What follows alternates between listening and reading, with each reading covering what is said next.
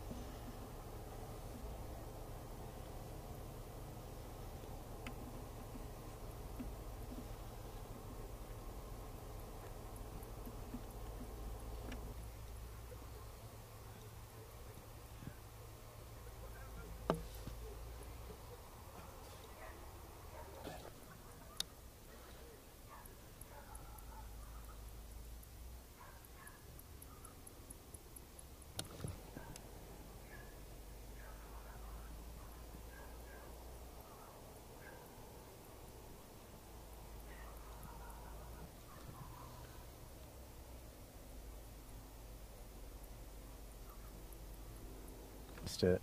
All right, first of all, what is your name? Patrick Bailey. B-A-I-L-E-Y? L-E-Y, yes, sir. Where are you from, Patrick? I'm from Fort Worth, Texas. Tell me a little bit about Bonfire. It's changed over the years, and now this year has really changed without the UT game. Yes, sir. A lot of people asked us why would we continue to do Bonfire without the TU game, without the Texas game. What's the point?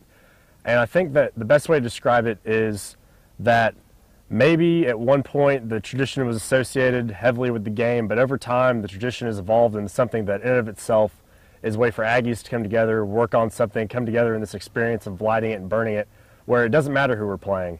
I think that the university, Texas A&M University, and athletically and scholastically has proven that they don't need Texas to be a legitimate or to be legitimized or to be relevant, and I think that's sort of spilled over to us as our own organization, as a tradition. We don't need Texas to be a relevant tradition. The tradition itself is why it's important. All the Aggies coming out here, coming together, building something, being part of something that's bigger than themselves, and so a game isn't going to change that or make us stop it or stop building it. What about Bonfire Day? What's pretty much quieted down tonight. Most of it's built now. What are we looking at game at Bonfire night? This open field out here. We're going to have a ton of food vendors out here all day. Gates open at noon. We made it this year. It's free until 4 o'clock to get in. And then we only charge per vehicle from 4 to 6 p.m. It'll only be $10 per vehicle. And then anytime after 6 o'clock, it's $20 per vehicle. And that's to encourage carpooling for people to come in. So that way, nobody's getting charged individually. You could bring, a van of 20 people out here. That'd be great. You're still going to get charged per that vehicle. And that's just to encourage carpooling, to sort of keep some of the traffic concerns down, and really encourage people to come out here early all day. There's going to be food out here all day. It's going to be a good experience. A little change on the very top of the Bonfire this year again, too. Yes, sir. We traditionally do it for the last game of the year, and this year we're playing Missouri this Saturday, and so we thought that we'd put a Missouri Tiger cage up on top instead of the traditional TU Outhouse. We decided to change it to Missouri's colors and make it a tiger cage. If you can see, we have a stuffed tiger on the other side kind of hanging off, and so we thought that'd be really fun this year. What's the game going to be like Saturday? I think Johnny Football and the rest of the team are going to roll over him. Okay.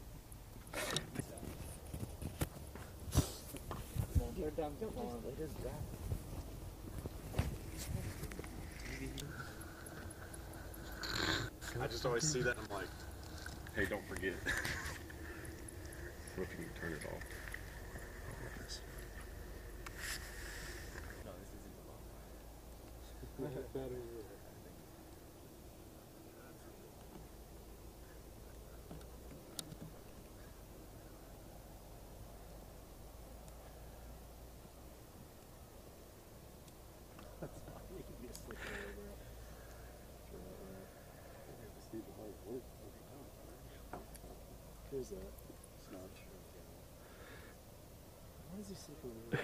First of all, what's your name? Malcolm Webb. M-A-L-C-O-M? K-O-L-M. I'm sorry? K-O-L-M. Okay, and last name is Webb? Yes, sir. Okay, where are you from? Houston, Texas. Malcolm, tell me about Bonfire. What, been out here working on this thing, or? Yeah, we've been working on it since August. It's been a long journey. I used to be a crew chief. Now I'm a baby brown pot safety coordinator. And it's been a really exciting semester. What do you think about the change up in here? No more UT games at the Bonfire. Got to change up there.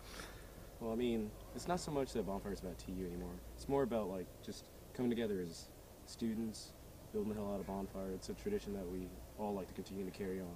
So whether we play TU or not, it doesn't really matter.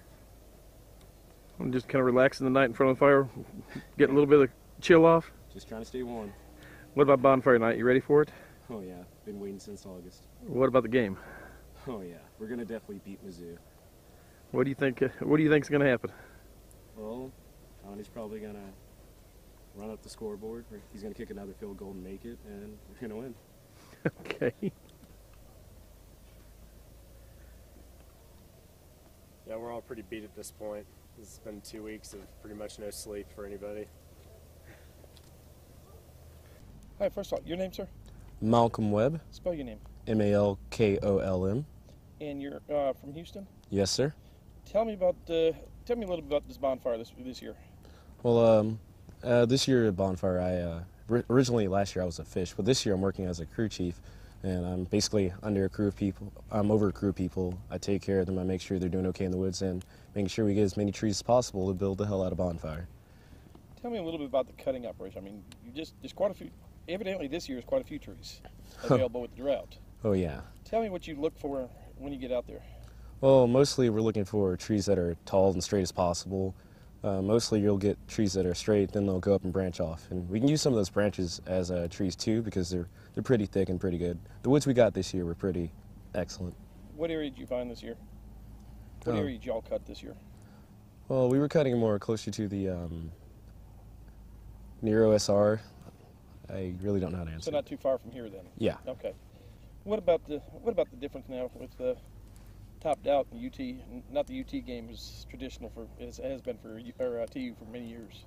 Well, it doesn't bother me that much. I mean, it was never really about beating the hell out of TU for me. It was more about coming together as Aggies, like dorm, school, everything, and just building the hell out of Bonfire. You ready for that night for the Bonfire?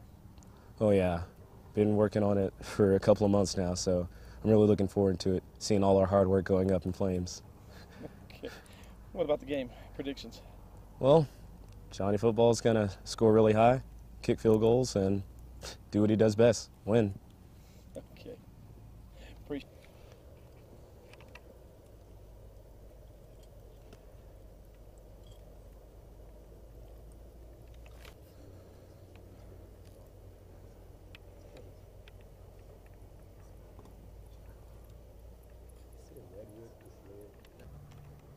Takes quite a few.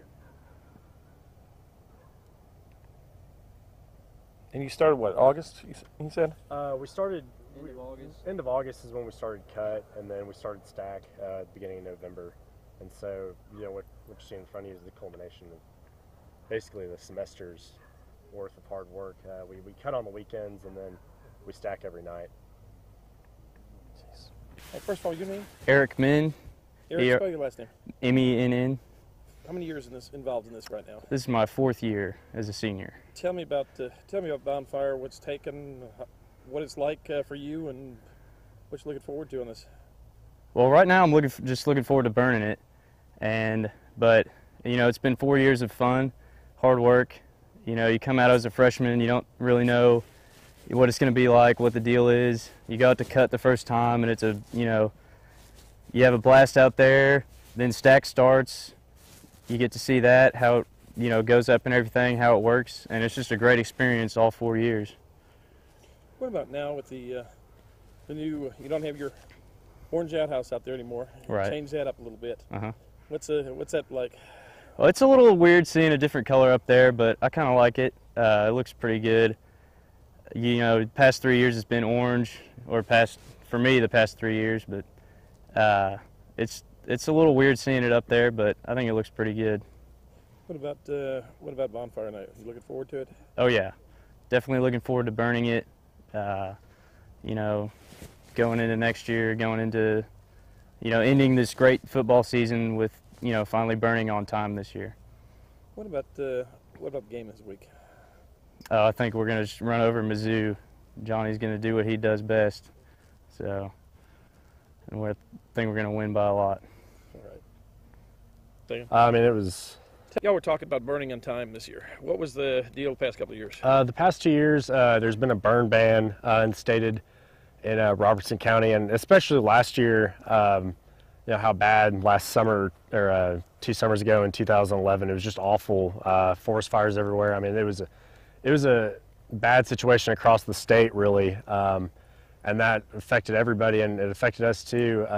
We weren't pushing to burn it. We knew for a long time that it wasn't going to be able to burn on time just because of how devastating that drought was.